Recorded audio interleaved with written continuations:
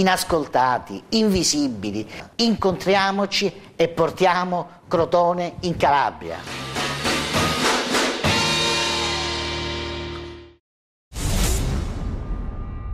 Salvatore Froio, medico 57enne, presidente di un consorzio fidi di Soverato, è stato arrestato stamattina dalla Guardia di Finanza di Catanzaro per aver investito in borsa fondi antiusura. L'indagine avrebbe svelato ripetute sottrazioni di fondi pubblici erogati dal Ministero dell'Economia e delle Finanze tra il 1998 e il 2003 per un totale di 4 contributi di 1 milione di euro circa. Froio, agli arresti domiciliari, dovrà rispondere di peculato, falso in atto pubblico e simulazione di reato. Segnalate alla magistratura 5 persone.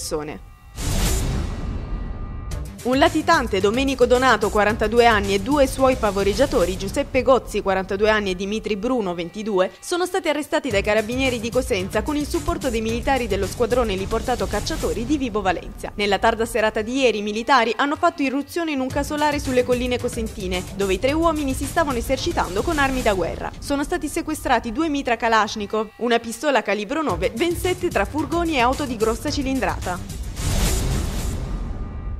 La scarcerazione per decorrenza dei termini dei 3 presunti appartenenti alla cosca Cordì di Locri dopo 6 mesi dall'arresto non è stato un errore. Ci tiene a precisarlo il GIP Carlo Alberto Indellicati, che sottolinea che a Domenico Cordì, Cosimo Ruggia e Domenico Spano Panetta non era stata contestata l'aggravante mafiosa, cosicché la scadenza naturale della carcerazione preventiva ridotta a 6 mesi scadeva il 16 marzo scorso. Per il GIP il caso mediatico sulla vicenda non ha ragione d'essere.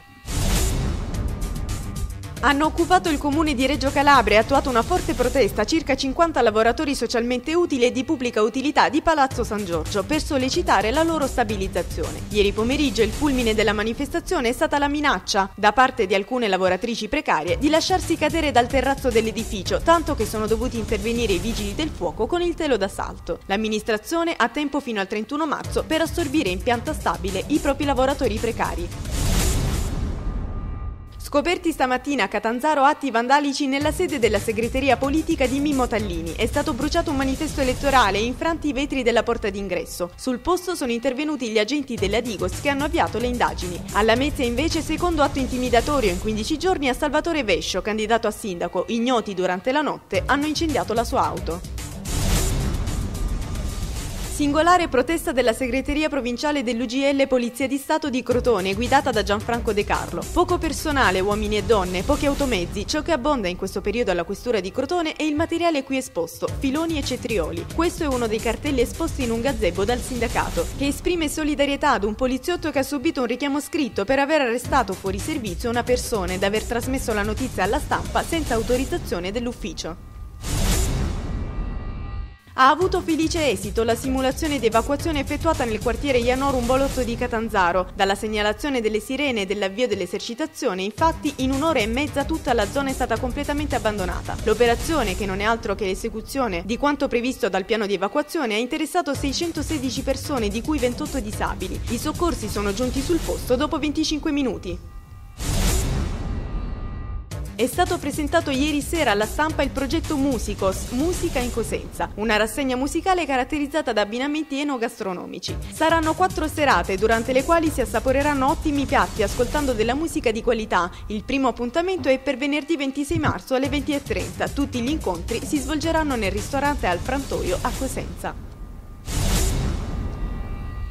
La 31esima giornata del campionato cadetto segnala 2 importanti successi esterni da parte di Crotone e Regina. I rossoblù, nonostante l'inferiorità numerica per l'espulsione di Bonvissuto, riescono ad uscire vittoriosi dal Menti, regolando 2-0 il Vicenza, segno Cutolo con un preciso diagonale e Zito in contropiede. La squadra di Breda espugna il Del Conero, superando 2-1 l'Ancona, apre Barilà all'inizio. Pareggio marchigiano di Mastro Nunzio, chiude i conti Missiroli in zona Cesarini. Il Crotone sale a 41 punti in classifica, la Regina con questo successo va al terzultimo posto.